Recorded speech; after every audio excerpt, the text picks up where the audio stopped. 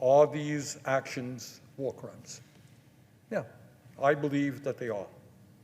I believe that there is substantial evidence that the extreme right-wing Israeli government, led by Netanyahu, has used starvation as a weapon of war and has clearly targeted civilians and civilian infrastructure.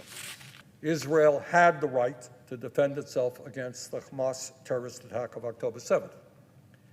But it did not, and this is where we get into the issue of war crimes.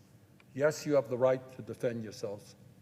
Yes, Israel has the right to go after Hamas. Very few people doubt that.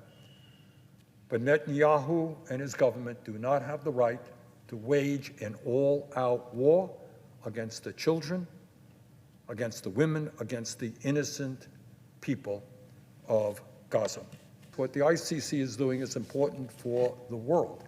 It's to tell leaders all over the world, dictators, people in democratic countries, that if you go to war, you just cannot wage all-out war against civilians. That's what the ICC is doing. That's important.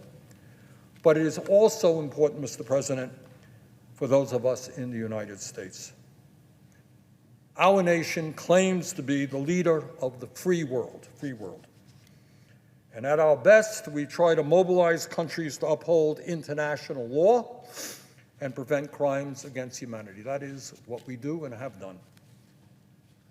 But, Mr. President, how can or how will the United States be able to criticize any country in the world, whether it is Russia, China, Saudi Arabia, or anyone else, any other country in the world, if we pretend that what is happening in Gaza, if we actually believe what Netanyahu is saying? If we turn our backs and ignore the crimes against humanity that are being committed in Gaza right now, what credibility will we ever have in criticizing the actions of any country? So the ICC, as I see it, is trying to uphold international law and minimum standards of decency. Our government should do no less.